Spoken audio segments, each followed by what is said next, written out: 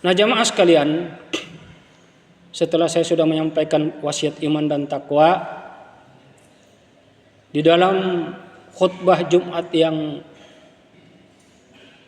singkat ini saya ingin kembali mengingatkan bahwa Islam yang diajarkan, yang diuswahkan, diteladangkan oleh Rasul bukan dari segi akidah, bukan dari segi muamalah, bukan dari segi fikih ibadah, tapi yang lebih banyak di dalam kehidupan kita ini, yang paling lebih tak kalah pentingnya adalah fikih yang dinamakan fikih di dalam kita bersosialisasi di antara sesama kaum muslimin dan di antara sesama umat Islam. Ini jarang kita bicarakan. Di waktu yang sempit ini, saya tidak mau terlalu banyak baca ayat, panjang ayat. Contoh saja ada ayat itu, duribat alimuz zilla ini masukifu ila bihabilillah wa habli minan nas. Ya, kita mendapatkan kehinaan kecuali memperbaiki hubungannya dengan Allah dan hubungan kepada sesama manusia. Nah, seseorang yang baik ibadahnya kepada Allah, hakikat wudunya, hakikat isi daripada isi-isi salat yang dia lakukan, yang menjadi bentukan di dalam diri, akhlaknya, sifatnya, pribadinya, etikanya, moralnya, cara berbicaranya, cara berpikirnya, isi hatinya, sebaiknya, maaf saya bicara begini bukan berarti saya orang suci, hanya mengingatkan, sebaiknya kita jadikan jati diri di dalam sifat, akhlak, tata cara bicara kita, tata cara berpikir kita, tata cara kita berhati nurani. Saya sedikit ingin mengangkat kisah yang pernah terjadi antara sahabat Abu Dzar Al-Ghifari dan Bilal bin Rabah. Ini mudah-mudahan bisa menjadi penyemangat kita ini, supaya kita ini bersih-bersih mulut, bersih-bersih hati, bersih-bersih pikiran dengan wama yantiqu anil hawa in huwa illa wahyu yuha. Tidak ada yang keluar dari seluruh ungkapan mulut kita, pikiran kita, hasil nurani kita, bukan dari hawa nafsu, kecuali contoh teladan wahyu Allah. Karena itu yang dilakukan oleh Nabi. Tidak beliau lakukan dari hawa nafsunya, kecuali dari Al-Quran. Kalau orang yang ber-Al-Quran, pikirannya jernih, bersih, bagaikan seperti nur cahaya yang mengalahkan melebihi terangnya sinar matahari dan bulan purnama di malam hari. Tidak ada bintik-bintik, titik-titik.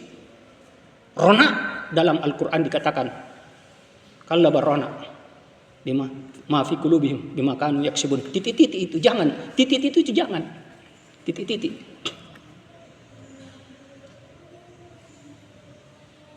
Abu Dzar Al-Ghifari pernah suatu ketika di dalam suatu kelompok, di situ kumpul para sahabat, tapi tidak ada baginda. Sempat keluar dari mulutnya Abu Dzar, wahai si anak budak hitam. Wah, kaget hatinya Bilal. Kok kenapa saudara saya tega-teganya mengatakan kata-kata demikian kepada saya? Dia sedih, dia murung, dia kecewa, sakit hatinya.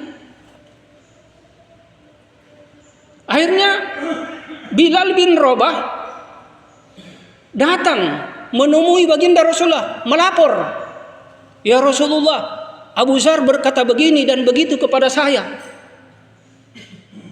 Langsung Rasulullah Sallallahu Alaihi Wasallam marah kepada Abu Dzar. Wahai Abu Dzar, di dalam dirimu, di dalam hatimu, di dalam sifatmu ada sifat-sifat jahiliyah. Masya Allah. Orang yang punya cenderung hati yang mudah untuk dinasihati, karena fadzakir fa inna dzikra tanfa'ul mu'minin. Peringatan itu sangat bermanfaat bagi orang mukmin. Langsung dia sadar Langsung dia menghalalkan daripada hinaannya kepada Bilal. Abu Dzar minta maaf. Wahai Bilal, saya minta kehalalanmu agar supaya Allah mengampuni dosaku dan saya siapkan kepalaku untuk engkau injak. Bayangkan. Inilah yang dikatakan oleh Rasul di dalam hadis riwayat Bukhari Muslim. Al-muslimuna ahul muslim, la yuzlimu wa la yazlimuhu. Orang muslim dengan orang muslim yang lainnya itu adalah bersaudara, satu tubuh, yang tidak bisa membiarkan saudaranya dianiaya dan dia tidak bisa untuk berbuat aniaya kepada saudaranya. Dalam hadis yang panjang di situ, dirsu haram, hartanya haram, ahli keluarganya haram, jiwa raganya, darahnya haram.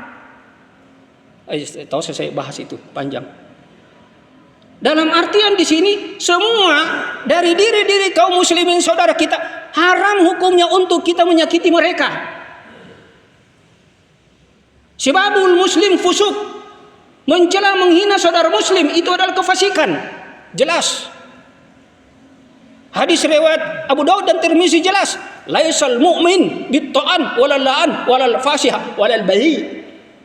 Bukan sifatnya orang muslim yang sejati, orang mukmin yang sejati, yang kerjanya suka mencaci, mencela, menghina, mengolok-olok, mengejek-ejek, berbuat dosa dan maksiat dan berhati kecil.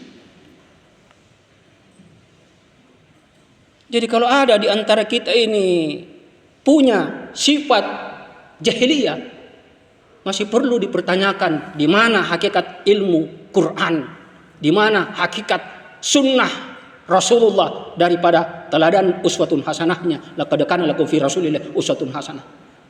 Di mana? Dusta kamu kalau kamu masih isi di dalam hatimu bintik-bintik, titik-titik bahagian daripada sifatnya jahiliyah, sifatnya iblis.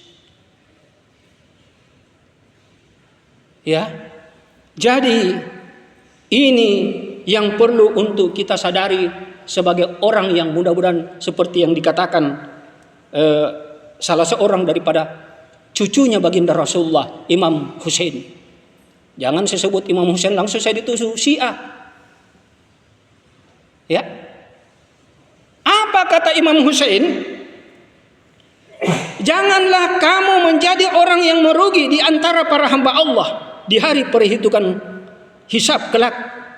Akan tetapi jadilah engkau orang yang beruntung. Kenapa? Orang yang merugi di hari hisab itu adalah orang yang banyak amalnya, yang banyak salatnya, yang banyak sedekahnya, yang giat dia berdakwah, dikenal orang banyak, ya, tapi di sana sini dia gemar mencaci, di sana sini dia gemar mencela, di sana sini dia gemar mengejek, di sana sini dia gemar untuk menghina-hina saudaranya, memandang enteng saudaranya. Di sana sini di dalam hatinya ada sifat iblis, ujub, merasa bangga, merasa kalau berbeda dengan saudaranya, langsung dia tahzir dengan macam-macam tuduhan. Akhirnya apa? Kasihan. Kita datang menghadap di hari hisab di padang mahsyar, kita termasuk dari bagian dari orang yang merugi.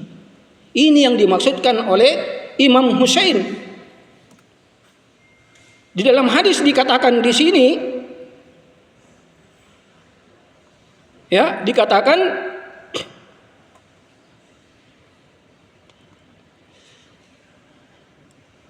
ada orang